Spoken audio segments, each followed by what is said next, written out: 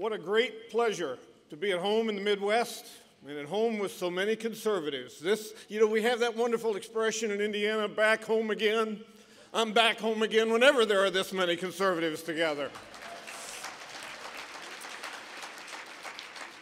Literally, as Senator Johnston was finishing his comments, I suddenly realized it was exactly 1 month ago, this very moment, that I was standing in front of a poll in Hendricks County, Indiana, on primary day. We had worked for almost 14 months. We started out with a campaign that was described as David versus Goliath. It was said to be impossible. A lowly state treasurer could never take a 36-year incumbent out of office. But we did.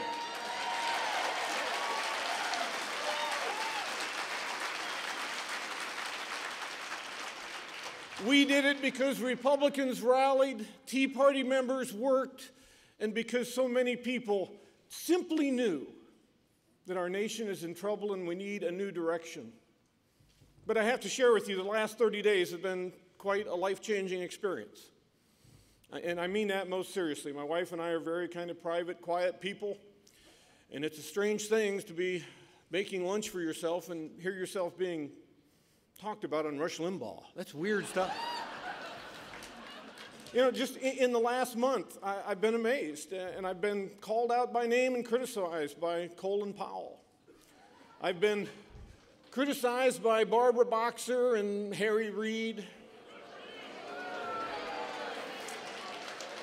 And if you can even imagine it, a leading Democrat, Chuck Schumer, described me as, and I quote, the Hoosier headache.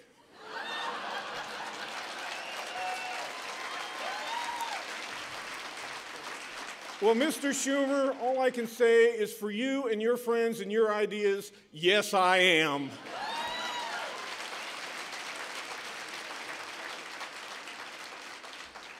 My friends here from Indiana know that I cannot get through a speech without giving a little bit of a history lesson. And I want to share with you a quote from Abraham Lincoln that is so important today because, as Senator Rand Paul said a few moments ago, those of us who are taking the position of standing on principles are being criticized for simply doing that. And there have been other times in our country's history when we've been as polarized as we are now, certainly before our great 19th century catastrophe, even more than now. But we are at the moment that could be described as Abraham Lincoln described the days just prior to the Civil War when there was constant argument and no agreement in Congress, and he said, and I quote, "The present agitation must continue until one side prevails over the other in the public's mind."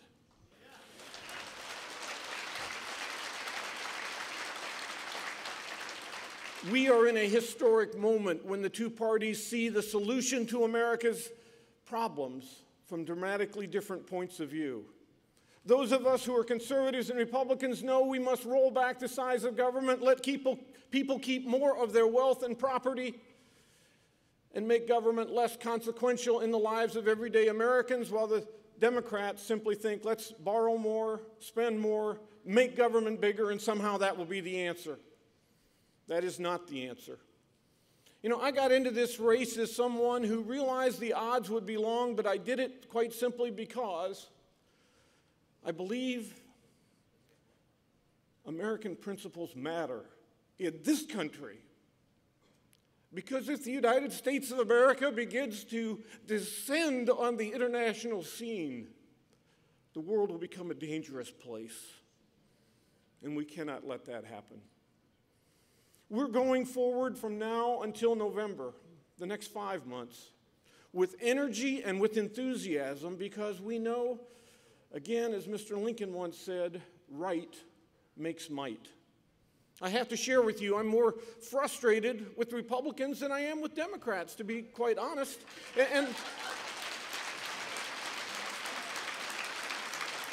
And let me say why as I close, even as I ask to recruit you. You see, I don't expect the Democrats like those I named before to put out the right kind of answers for America's problems. But I'm frustrated with Republicans because even so many who will go to the nation's capital in the House and the Senate and cast their vote the right way won't go back to their district to get in front of the unfriendly microphones and the unfriendly crowds to explain why their vote was the right vote. We must use our energies, our belief in our history, our belief in our principles to bring converts to our cause.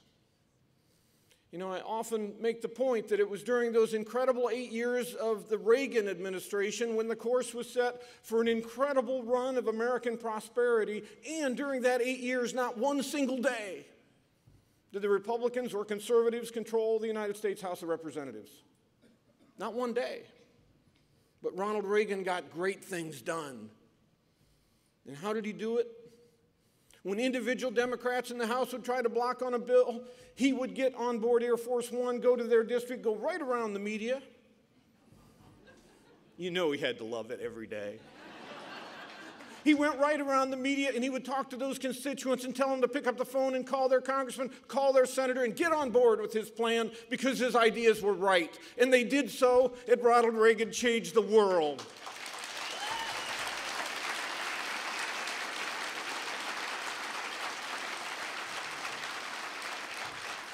As Senator Paul and Senator Johnson both said, the time is getting short, the clock is running, and we cannot let this great era of American exceptionalism end through our own inactivity. We have to step forward, not just those of us who are privileged to win nomination or even privileged to serve in office, but all of us who believe in our cause, and that's all of you or you wouldn't be here.